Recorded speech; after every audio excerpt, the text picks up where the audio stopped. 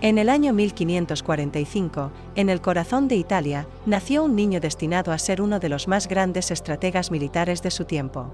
Su nombre era Alejandro de Farnesio, hijo de dos linajes poderosos que marcarían su destino desde la cuna. Por parte de su padre, Octavio Farnesio, heredaba el título de duque de Parma y Piacenza y la influencia de una familia vinculada al mismísimo papado. Por parte de su madre, Margarita de Parma, recibía la sangre de los Habsburgo, pues ella era hija ilegítima del emperador Carlos V, lo que convertía a Alejandro en nieto del hombre más poderoso de Europa. Desde su nacimiento, la vida de Alejandro estuvo marcada por la política y el juego de alianzas entre las grandes casas reinantes. El Ducado de Parma y Piacenza, situado en el norte de Italia, era un enclave estratégico disputado entre Francia, el Sacro Imperio Romano Germánico y España. Su infancia transcurrió en un ambiente en el que la diplomacia y el conflicto eran parte del día a día. La relación entre sus padres fue complicada. Octavio Farnesio y Margarita de Parma vivieron largas separaciones por cuestiones políticas y por la educación del pequeño Alejandro, que quedó en gran parte bajo la influencia de su madre. Margarita, mujer inteligente y hábil en el manejo del poder, sería nombrada años más tarde gobernadora de los Países Bajos en nombre de Felipe II, rey de España y primo de Alejandro. En su niñez, Alejandro recibió una educación esmerada, propia de un príncipe renacentista. Estudió latín, historia, filosofía y arte militar.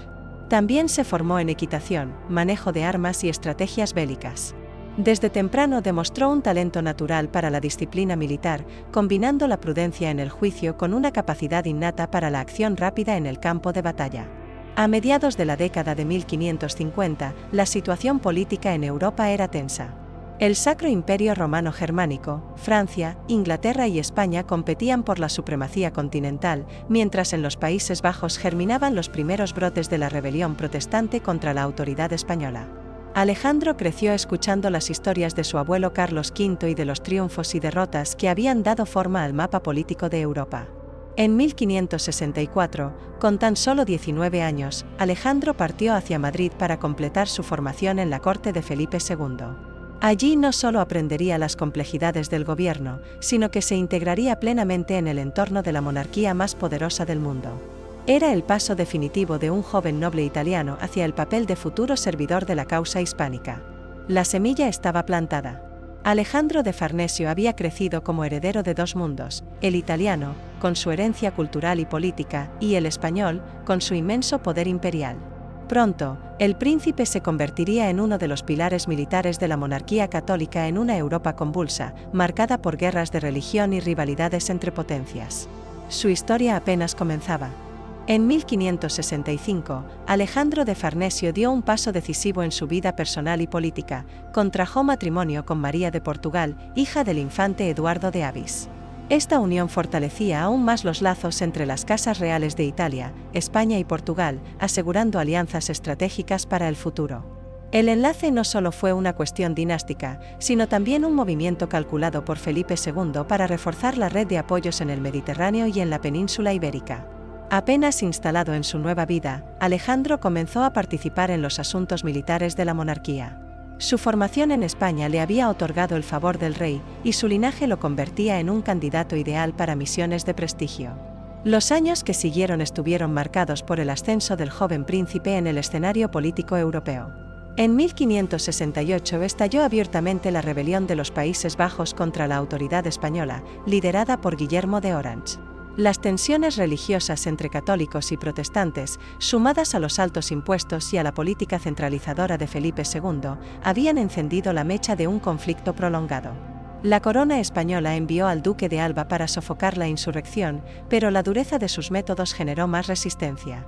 Alejandro, por entonces aún sin un mando principal, observaba atentamente el desarrollo de la guerra. Su madre, Margarita de Parma, que había sido gobernadora de los Países Bajos, fue apartada del cargo en medio de la crisis, y esto marcó profundamente al joven Farnesio.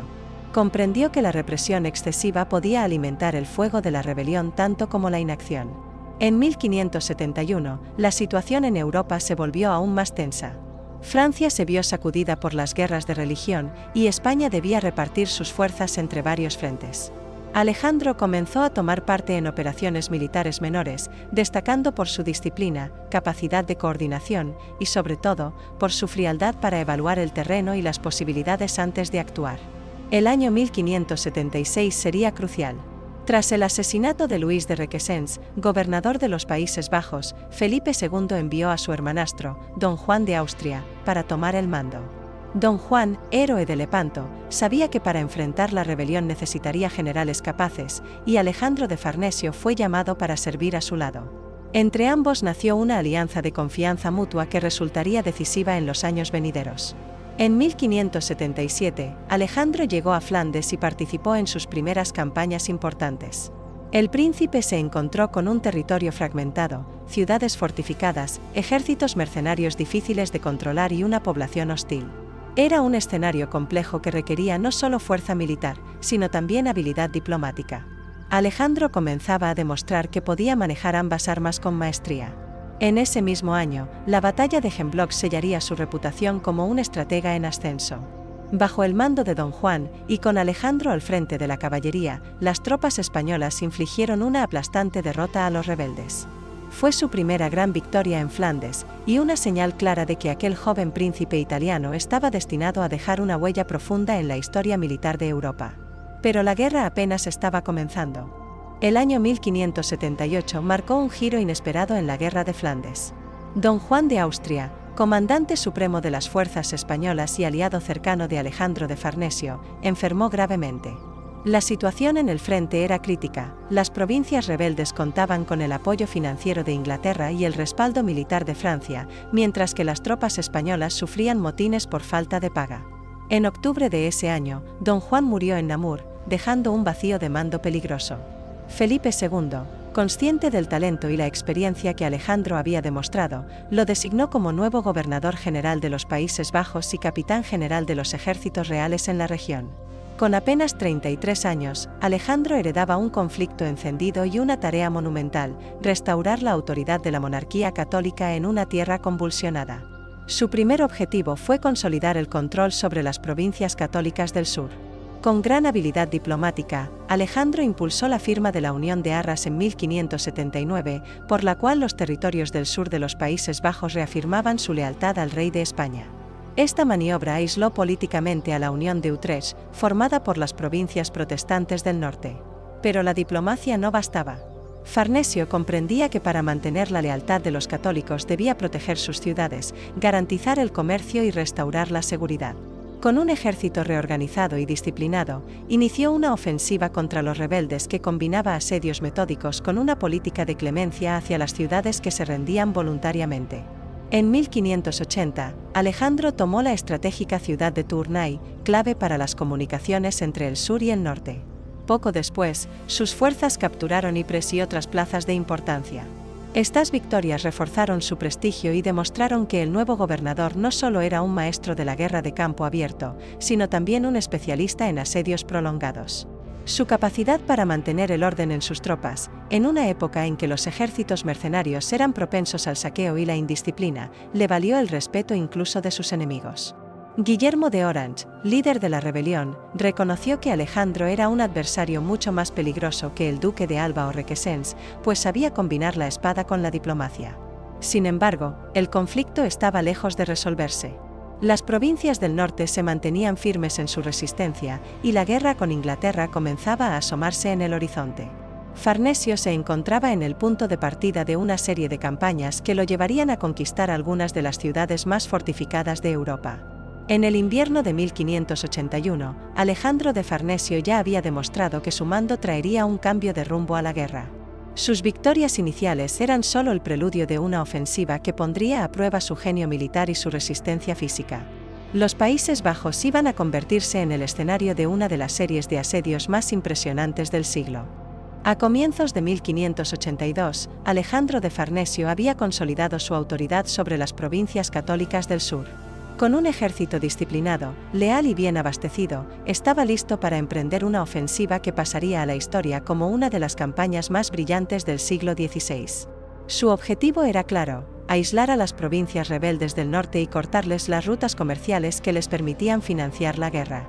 Ese año, Farnesio lanzó una serie de operaciones rápidas para asegurar plazas estratégicas. Capturó Oudenaarde, Ninove y otras ciudades clave, siempre combinando presión militar con negociaciones que buscaban minimizar la destrucción y atraer a la población civil a su causa. Este método, menos brutal que el de algunos de sus predecesores, le ganaba la reputación de ser tanto un conquistador como un pacificador. En 1583, tomó Dunkerque y Nieuwpoort, cerrando el acceso marítimo de los rebeldes al Canal de la Mancha desde Flandes. Esta maniobra fue un golpe devastador para el comercio de las Provincias Unidas y un paso decisivo para la ofensiva final contra Amberes, la joya económica de los Países Bajos. Amberes, en aquel tiempo, era uno de los puertos más importantes de Europa.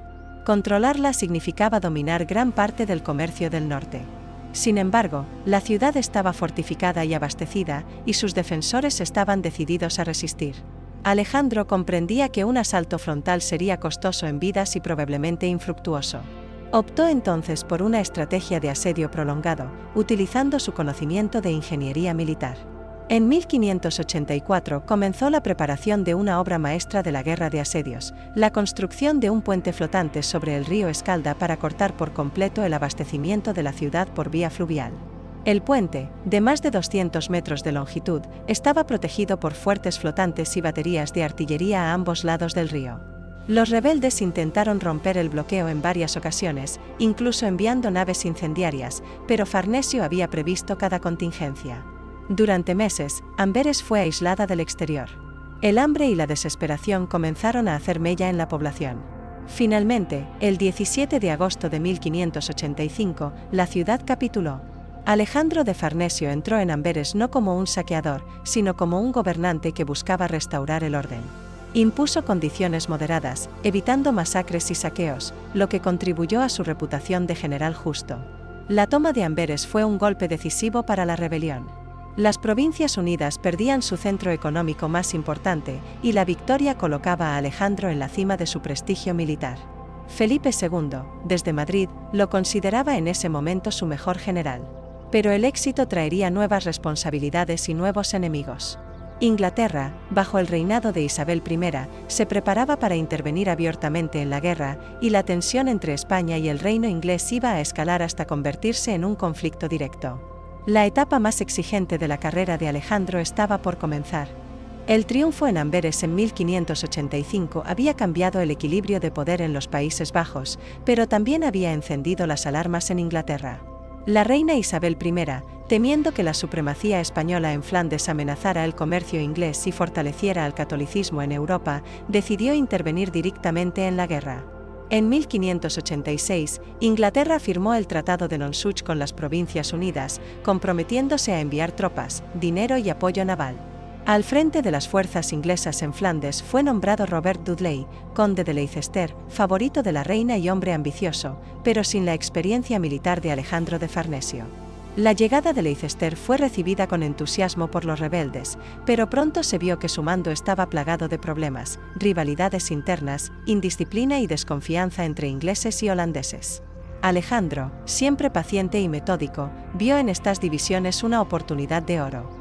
Ese mismo año, Farnesio inició una serie de movimientos calculados para aislar a las guarniciones inglesas. En la primavera de 1586 recuperó Grave, una ciudad que Leicester había prometido defender. La derrota minó la autoridad del inglés, mientras que el prestigio del general español crecía aún más. En 1587, Alejandro lanzó una ofensiva hacia el norte, tomando ciudades como Sluis tras un asedio implacable. Mientras tanto, utilizaba su habilidad diplomática para convencer a poblaciones católicas bajo control rebelde de que aceptaran de nuevo la autoridad del rey de España, prometiendo protección y moderación en el trato. Leicester intentó contraatacar, pero sus fuerzas sufrieron una serie de reveses que deterioraron su reputación. Para finales de ese año, la intervención inglesa estaba lejos de lograr sus objetivos. La estrategia de Farnesio, consistente en atacar puntos clave, cortar líneas de suministro y desgastar al enemigo sin arriesgar batallas innecesarias, estaba dando resultados. En paralelo, Felipe II preparaba en secreto la gran empresa contra Inglaterra, la Armada Invencible. El papel de Alejandro en este plan sería crucial. Una vez que la flota española dominara el Canal de la Mancha, Farnesio debía embarcar a su ejército en Flandes y desembarcar en las costas inglesas para marchar sobre Londres. El año 1588 llegó con una tensión máxima. Mientras Leicester regresaba a Inglaterra, derrotado y desacreditado, Alejandro aguardaba las órdenes para ejecutar la invasión. Sin embargo, las dificultades logísticas, las tormentas y la derrota de la Armada Invencible frustraron el plan. Farnesio, con su ejército listo pero bloqueado en los puertos flamencos, tuvo que abandonar el sueño de un desembarco en Inglaterra. Aún así, Alejandro seguía siendo el indiscutible señor de las provincias católicas y el estratega más respetado de su tiempo. Su prestigio, sin embargo, comenzaría a verse amenazado por una nueva etapa de la guerra, la apertura de frentes en Francia y el desgaste continuo de sus fuerzas en Flandes. La corona española pronto le pediría algo que pondría a prueba sus límites como comandante. En 1589, mientras la guerra en Flandes continuaba, un nuevo conflicto estalló en el vecino Reino de Francia. El asesinato del rey Enrique III había dejado el trono en manos de Enrique de Borbón, líder protestante y ahora heredero legítimo, que pasaría a la historia como Enrique IV. Para la monarquía católica de Felipe II, permitir que un protestante reinara en Francia era inaceptable. España decidió intervenir, y el hombre elegido para encabezar esa intervención no podía ser otro que Alejandro de Farnesio. Su misión era doble: apoyar a la Liga Católica Francesa contra Enrique IV y, al mismo tiempo, evitar que éste consolidara su poder. El problema era que cada hombre y cada recurso que Alejandro destinara a Francia debilitaba la defensa de los Países Bajos. En septiembre de 1589, Farnesio cruzó la frontera con un ejército disciplinado pero fatigado por años de campañas. Su primera gran acción fue levantar el sitio de París, que estaba cercada por Enrique IV. Mediante maniobras magistrales, consiguió introducir víveres en la ciudad y obligar al enemigo a retirarse. Fue un golpe estratégico que reforzó la moral de la Liga Católica y de sus aliados españoles. Al año siguiente, en 1590, Farnesio volvió a intervenir, esta vez para auxiliar la ciudad de Rouen, también asediada por Enrique IV.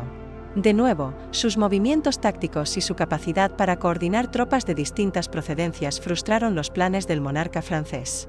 Sin embargo, el desgaste físico comenzaba a pasarle factura. Alejandro sufría dolores persistentes y episodios de fiebre que lo debilitaban. En 1591, el rey Felipe le ordenó regresar a Flandes para contener el avance de los rebeldes que habían aprovechado su ausencia. Alejandro, aunque enfermo, retomó las operaciones militares con determinación. Logró asegurar varias plazas y restaurar posiciones, pero la situación general se había vuelto más complicada. Sus oficiales más cercanos comenzaban a notar que su salud ya no era la misma. El príncipe, que siempre había compartido las privaciones de sus soldados, continuaba supervisando en persona los asedios y las marchas, aunque esto aceleraba su agotamiento. La doble guerra, en Francia y en Flandes, había extendido sus fuerzas al límite. El genio militar de Alejandro seguía intacto, pero los recursos y la energía para sostener su estrategia estaban menguando. Y mientras en España se discutía cómo continuar la guerra, en los campos de batalla él seguía cosechando victorias tácticas, aunque a un coste cada vez más alto. Pronto, una última campaña en Francia pondría fin a su carrera y, poco después, a su vida. El año 1592 comenzó con nuevas urgencias para la monarquía de Felipe II. En Francia, la guerra civil continuaba, y Enrique IV, fortalecido por sus victorias y el apoyo inglés, amenazaba con consolidar su dominio sobre todo el reino. La Liga Católica reclamaba la presencia de Alejandro de Farnesio, el único general capaz de igualar la astucia y el empuje del monarca protestante. Pese a su salud quebrantada, Alejandro aceptó la misión. El invierno había sido duro, y su cuerpo resentía años de campañas ininterrumpidas, pero su sentido del deber pesaba más que sus dolores. En febrero, partió hacia Francia al mando de un ejército reducido pero veterano, con la orden de socorrer a la ciudad de Caudebec, en Normandía, que se encontraba amenazada por las fuerzas de Enrique IV. La campaña fue un despliegue final de su genio militar. Mediante movimientos rápidos y precisos, logró burlar a los ejércitos enemigos y asegurar la retirada de sus tropas hacia territorio seguro. Sin embargo, durante esta operación Alejandro sufrió una grave caída de su caballo, que le provocó heridas internas. Al mismo tiempo, una fiebre intensa comenzó a minar sus fuerzas. Los médicos le recomendaron reposo absoluto, pero Farnesio, fiel a su costumbre, continuó dirigiendo las operaciones desde su lecho. El peso de la responsabilidad, las presiones de la corte y la dureza de la campaña agravaron su estado.